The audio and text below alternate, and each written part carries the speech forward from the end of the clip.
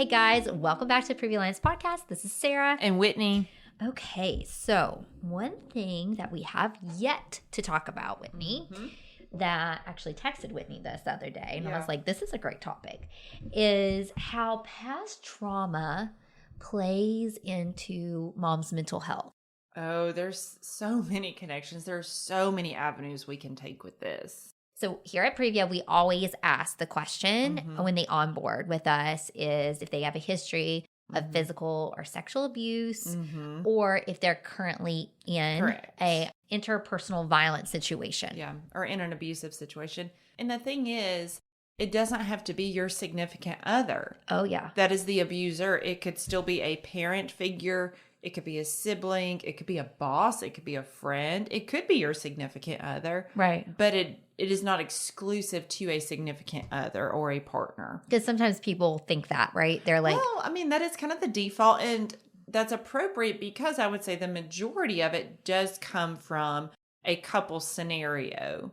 Or even if it's your ex, it's still that scenario of a significant other or a partner or your father of the baby. Even if you've broken up, they're still there. They could be a narcissist. So when we say abuse, we don't necessarily mean just physical abuse, like you're getting hit or kicked, and not just sexual abuse. It could be the mental abuse that comes with that. These, mind games of, well, I don't know which version of this person I'm going to get today, or I'm walking around on eggshells around them, that hypervigilance of what's going to happen next. And so to tie that into a history of trauma or abuse, let's just say that your parents maybe were highly critical of you growing up, or they had very high expectations of you, or maybe they were the same way. They were narcissistic and abusive, or maybe they had a super short temper. And you're like, well, I don't know which version of my parents I'm going to get today. So there comes into play that hypervigilance. That I'm on eggshells, I'm sitting on pins and needles. What's going to happen? I have to make sure I do everything and I have to do it just right. Yeah. So that could be, honestly, a very direct correlation connection to like postpartum OCD or postpartum anxiety of that. I have to be aware. I have to do everything perfect, because if I don't, we're going to have a very severe reaction. And I think it goes back, my thoughts on this is just, I think things that happen to us in our childhood or teenage years, if we've never fully processed that, if we've never went to therapy, if we've never took the steps to heal from that, we kind of just, buckle down and move forward life. Yeah. And then pregnancy, it all comes back. And I know a lot of it is hormonal too, that happens. Yeah. Oh, yeah. But it's the fact that we are now responsible for another human being. And then we tend to maybe put those high expectations on ourselves, which, telling on myself. It's the podcast. I'm allowed to tell on myself on the podcast. I can't do that in sessions. So with that, we do have these high expectations of, I want to be a great mom. I want to be the best mom. I want to be a perfect mom. But there's also the heavy responsibility of, I have to keep this child alive. Yeah. And when they're babies and even into the toddler years, because my 2.5-year-old has some words. She doesn't have a lot of words to really tell me what's going on when she's upset. Right. It's all this, am I getting it right? Or am I missing something? Have I failed them? So in comes to play that mom guilt, because we haven't met our own high expectations. Yeah. And we put those high expectations on ourselves, because that's what was put on us when we were growing up.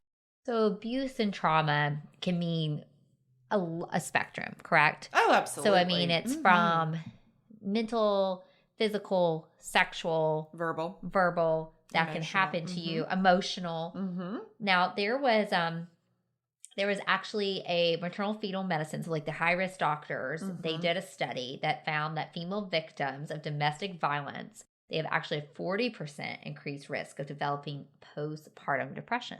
Oh, for sure. Which to me, it's how could they not? Exactly. Because you're in an abusive... I feel like this is a Captain Obvious moment. Right? And they're saying also that postpartum depression is going to make your domestic violence worse. Which if you already are... So if this person is violent towards you, abusive towards you, and then you become depressed or you become overly anxious or you're becoming OCD, whatever the reasons, and they're not treating you well when you're your baseline. Yeah. They, of course, are going to make it worse. Well, yeah. So let's think about this. So you already have an abusive relationship, and let's just say that it is with your significant other, because that's the majority. It is the majority. So let's just say that the baseline is that the abuse exists. Mom has her baby. Let's say that she does not have a traumatic birth, okay? Let's say she has routine labor and delivery, nothing traumatic, no stat C-section, no failed epidural, nothing like that. So we have a non-traumatic birth, but we're bringing this newborn baby who's up at least every 2.5 to 3 hours. So we're throwing sleep deprivation on here. Okay, so we're throwing that gas on the fire. So whether she's bottle or breastfeeding, she's getting up and doing that. So she's bearing the brunt of the newborn care. We will assume as much. Yeah. So she's sleep deprived. She's assuming this mental load of motherhood that we have talked about. Yeah. And so, of course, is she going to start to resent her partner because he's not as hands-on with the baby? Of course. Naturally so. I think you resent your partner no matter what. I mean, I'm sorry, but men have useless breasts, so it's not helpful. I mean, you do at some point, you just resent the fact that, like, they don't have to carry the baby. Exactly. Their body didn't change. They're not recovering. So even if we have a very good non-traumatic delivery, we still have pain in our recovery. Yeah. Let's throw that out there. She's recovering physically. She's doing all the feeds. She's still maintaining the household because bottles and, all the things that come with it. All the diaper changes. Yeah. The diaper changes and, taking care of baby, the laundry that comes with the newborn and all of those things. That resentment builds and builds and builds. Let's just say she does try to advocate for herself. And it is not well received because we can assume as much it won't be. It will not be. Let's just throw that out there. We can assume as much. So then he lashes out. Well, then her postpartum depression starts to kick in because we have sleep deprivation. We have our hormone shift going on. We already have a very volatile environment at home. Naturally, she's going to become depressed. Well, guess what? Maybe she has the depression where she doesn't have much motivation. Yeah. Where it's hard for her to get out of bed. Yeah. Baby is still fed. Baby's needs are met. Let me just say that. It's not that she's failing the baby. Is that she just has no... So she does what we would assume, the minimum to keep her and baby alive, which is appropriate during that time. But maybe the dishwasher doesn't get unloaded. And that sends him off. Correct. And it is this horrible, vicious cycle. And so often these moms don't feel like they can get out, or truly they can't get out because they don't have the resources. They don't have the support system. They don't have the financial means. Right. And because he's more often than not on the birth certificate, guess what? Parental rights are 50-50 until it goes to court and they say otherwise. Right. So because of that, she doesn't feel like she can get away.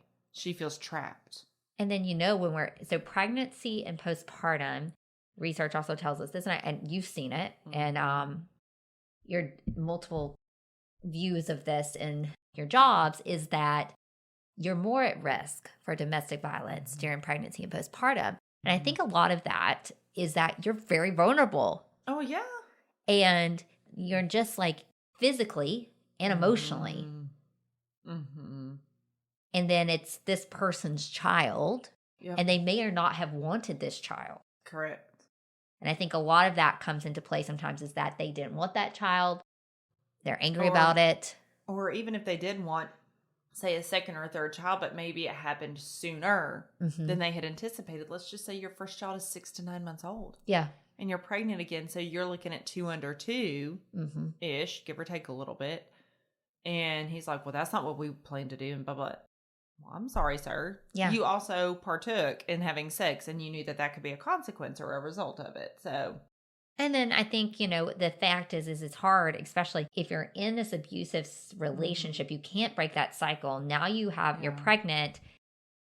People would think, well, you feel even more trapped. You feel even more trapped. So if any of this is resonating with you, what do you say, Whitney, to people who are going, this sounds like me? So with that, I would tell you that your OB or OB's office is a safe place for you. It should be a safe place for you. You can ask them if they know of any resources, because I know when I did my first hospital of labor and delivery social work I actually worked with mamas who had Medicaid as their form of insurance. And so I was used to having resources available for them. And one of those resources was giving them a nail file that had the name and number to a domestic violence shelter on there. But it looked like a nail salon? But it looked like a nail file. And so, if I, hand her, let's just say like a handout plus a nail file, he's not going to pay attention to that nail file. Okay. That's not going to look like, oh, she slipped her some information. He's going to look at that piece of paper first. Not the nail file. Exactly. And you can slip a nail file in your pocket, in your purse. It can be very discreet. So I would say reach out to your OB's office. See if they know of any resources. If that office itself doesn't have resources, they should be able to get you in touch with a social worker within the hospital that they work with for deliveries. And they should be able to link you with something, whether it be a shelter, whether it be financial resources to help with utility coverage, groceries, things of that nature. WIC offices, if you participate in WIC, that's another great option for you. And I will tell you, one great option would be just to call shelters in the area, see what their criteria is for admitting, and then just kind of have that knowledge in the back of your head. Right. I know in Tennessee, my OB's office, when you give a urine sample, there's 2 different colors of lids. Yeah. So if you needed help, you put the black lid on. And it was a discreet way because a lot of times in those situations, maybe you're supposed to ask, and I know this from my nursing days, you're supposed to ask before you ask any questions. Do you mind if this person is there? Or there's actually who do you want in the room with you? But if they're with you and he's going to be very mad if I say that. So some places even taken it that the mom has to come in first. Yeah. And then you allow and it's standard, which I think is great. If they've not done that, the nail file would be a great way for OB offices or pediatricians' offices, wherever, absolutely. To give those little ways that partner does not see you ask for help. That's a really great thing I hadn't thought about, because more often than not, the partner is probably not going to be going to the pediatrician appointments because they're probably going to be at work, what have you. Most of the time, moms assume that responsibility. And so even reaching out to the pediatrician, because while you are not the pediatrician's patient, the baby is. Yeah. And so the pediatrician can say that it was done for the child and not the mom. Yes. So that's another good resource, is to reach out to the pediatrician. And so all this being said, so let's say the domestic violence is, we've kind of covered that. What is it, why does trauma, so let's say they've had a childhood trauma experience. They're not in a domestic or a partnership. So a history, but it's not just a current. History. It's not current. Why does that put them at risk for maternal mental health? We're talking postpartum depression, during pregnancy, depression, anxiety. Why does that appear back when we're like, I thought that was this part of my life? So, and again, we're just going to dig on this because I think it's a really good opportunity to do that. So we can have childhood trauma that can come from parents, relatives, things like that. But let's just say that we don't experience childhood trauma or direct abuse from a caregiver or things like that. Let's just say we make it to adulthood before we experience a trauma. Because truly, I can say that I was not in an abusive family, in an abusive setting, things of that nature. However, I do notice in myself anxiety, hypervigilance, some perfectionistic type things where I don't know I meet the criteria of OCD, but I could meet the criteria of like an anxiety disorder. And I'm like, where did this all come from? Because my parents, like, you can't pinpoint it, right? Yeah, or it's not like they had expectations of me, but it wasn't like, how dare you make a B on your report card? Right. You know what I mean? Yeah. It was like, okay, like we know you slacked in science. You know not to bring home a D. Like you can at least make a C. Yeah. So they had expectations for me, but it was not harsh. So I started thinking back on it, and I can actually pinpoint to my first social work job. When I was doing foster care, I worked for an agency that we got cases contracted to us through DHR. So we were kind of eyes and ears for DHR because in Alabama, and things could have changed. It's been over a decade since I've done this job. DHR only had to see the child one time a month. Now, mind you, they probably have a caseload of like 30 to 40 children. Okay. Right. They have massive caseloads. We had a caseload of about 6 to 7 kids. However, we had to see each child once a week, face to face. And if they were brand new to the therapeutic foster care program, I had to see them 3 times a week. Wow. Okay. So it was a lot. Okay. We're talking like 60 plus hours a week driving all over God's green earth. And I started thinking on it. And it was because I had, those expectations from the program itself where I was employed to, then DHR, then a judge, then a foster parent, then a biological parent. And I had to do that times 7. Yeah. And I started realizing, oh, that's why I'm perfectionistic, is because I tried to juggle all these things. And there were some weeks, because again, we're dealing with children who are in trauma, where it all hit the fan. Yeah. And I couldn't do it. And I got reprimanded because I couldn't meet this criteria, but it was for things that were out of my control, not because I was lazy. Right. And so my hypervigilance, my perfectionism, my high self-imposed expectations comes from the work comes experience. from that. Yeah. And I started to realize, oh, that has led to some codependency traits when I would work in the hospitals, where I would overwork myself because I thought, well, they're going to see my worth if I really give it my all. Yeah. No. Well, I overdid it to myself. So as far as how that's played out into motherhood, I have these high expectations for myself. If I screw something up, I feel like I have failed my child when I most likely have not. Yeah. Are my children fed, clothed, roof over their head? Yes. Yeah. Their basic needs are met and they are thriving. But if I feel like I dropped the ball on getting the date wrong for a birthday party. We all do it. I showed up to the wrong place at the wrong date before. Oh, yeah. I mean. Yeah. I literally got my days wrong for a birthday party one time. And I felt like the worst mom ever. Yeah. Where my husband says, well, I ended up, having a great time with her because we went to Chick-fil-A for lunch. And now she's like, oh, I get to go to my friend's birthday party tomorrow. Like, it's what same a thing great happened weekend. for us. It worked, it worked out. But in that moment, you're just like, what have I done? Yeah. And that, and it's people. And the guilt trip. The guilt. And I think people so I think you should have had an opportunity to deal with the work situation and how that was an unfair expectation on you. But you didn't get that chance. Well, and let's also keep in perspective too, my age at the time that I worked that I was 23, maybe 24. So I was a baby social worker, and again, I felt like the expectation that was there, and there was a lot of external expectations. So, but again, how that has really translated into motherhood is I feel like I've got to get everything right. I've got to do all things perfectly. I've got to be all things to all people. I've got to have a clean house, and I've got to make sure I get all the laundry done and put away, and got to make sure, did I pack her snack for school? And did I send extra clothes for my kid that's learning how to potty train? And did I keep up with all these things? And if I drop the ball in one area, then I'm like, well, great.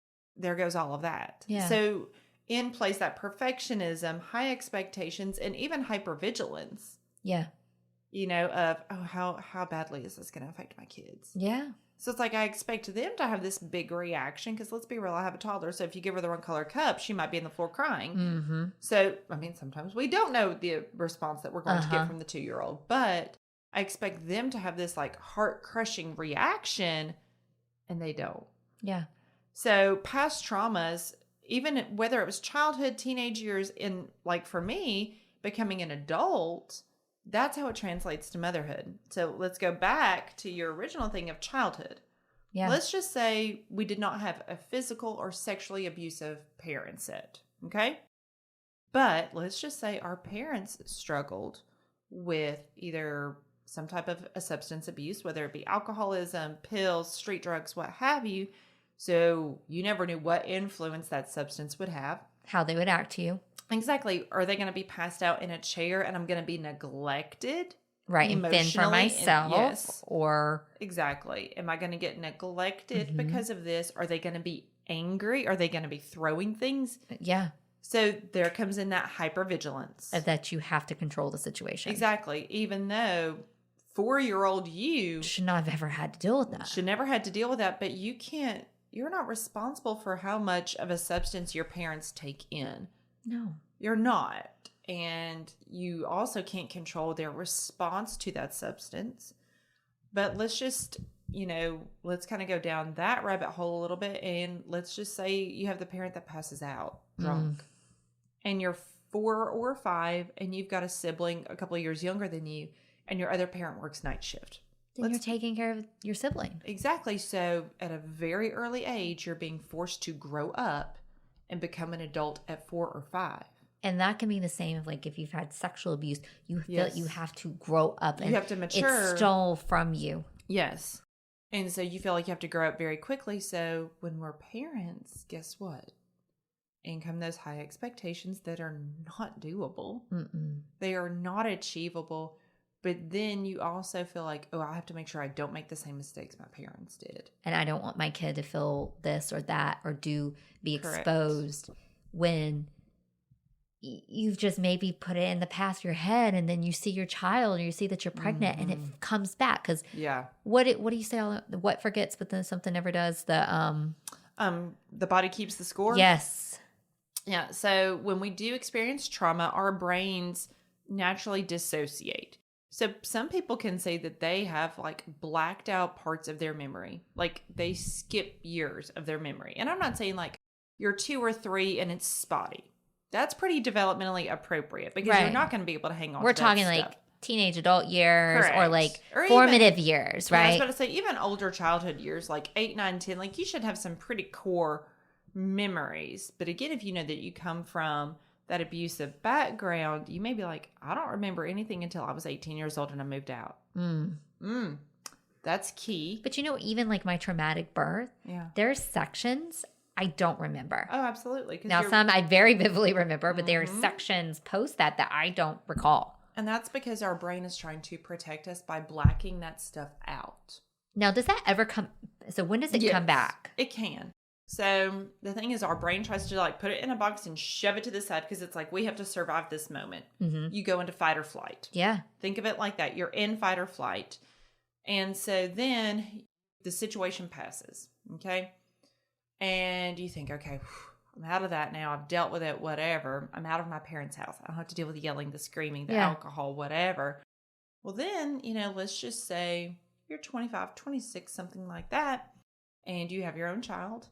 And like non-maliciously, not in an addictive type of way, but your husband brings home maybe the same type of beer that your parents would drink. And all of a sudden you're like, oh my God, I remember one time when dad threw something against the wall. It comes back. Exactly. It triggers you. Yes, you may get a flash of a memory. And you're like, and it kind of startles you and you feel frozen. I had those flashes. The same hospital that I delivered of Will. Yeah. Going back for James during the pregnancy things. Sometimes I would have it. And I would just be like, I would just like almost just like have to shake off and just be like. I've worked with moms who have experienced traumatic births and they love their OB. And their OB did everything that they could in that moment to make the best out of a traumatic situation. But when they go in for an annual blood work, what have you, and they see that hospital, it's like, oh God, what's going to happen to me again? And like they get the heart racing. Yeah. They may get chills. They may get shortness of breath. Like our physical, visceral reactions kick in because our brain's like, ooh, trauma happened there. It's like sending up the internal red flags of don't do it, don't do it, don't do it. I don't like driving past it still, to be truthful. Because it's a reminder of trauma. It is in my body. But it was very, and I remember telling Bill this, I was just like, because there was a family member that was in a facility that stared at where the OB offices was. And I would go visit that person. And I felt like the walls were caving in. I had to get naturally. Out. Like I had to get, but I said that to someone. They're like, "Why would you feel that?" And I'm like, "It's trauma." I would equivalent to, I was a VA nurse for many years, hearing the stories of the soldiers and the trauma of that area. Yeah. It's just fear for your life or fear of that situation. Yes. So if this is resonating with trauma, you're being triggered, what is the first thing you think someone should do to like start seeking help? I would personally try to find a therapist that either does EMDR therapy, which we've talked about before in the podcast, but if you guys haven't listened to those episodes, I personally did EMDR therapy as a patient. Very helpful. Very helpful. Very, very helpful it to is process those traumas, especially physical traumas, yes. And it is something that you definitely need a therapist that is specialized trained, in this. Certified, all the things. Uh-huh. Another option is to find a therapist that specializes in PTSD. Yeah. And one of the workbooks that I love this workbook, which sounds weird for me to love something like this, but it's been so helpful for so many of my clients, is this CPTSD workbook, and that is Complex Post-Traumatic Stress Disorder workbook. Find a therapist that is willing to do that with you. Mm-hmm. And I will say, like, let's just say that you don't have the ability to get on with a therapist or whatever. You have a limitation, whether it be scheduling, finances, insurance, availability of therapists in the area. You can get that workbook off of Amazon and take it at your own pace. Yeah. That is something that I feel like is doable to do on your own. EMDR is not. No, it's not. You have to have someone to do EMDR and guide you through that. Voice journaling is another good way to get out of kind of that re-traumatizing moment, to get that out and to feel like you're actually kind of processing it. Yeah.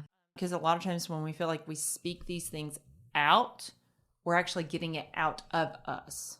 Yeah. Because like we mentioned, the body keeps the score, and this kind of ties into inner child stuff, which we've touched on a few times in here.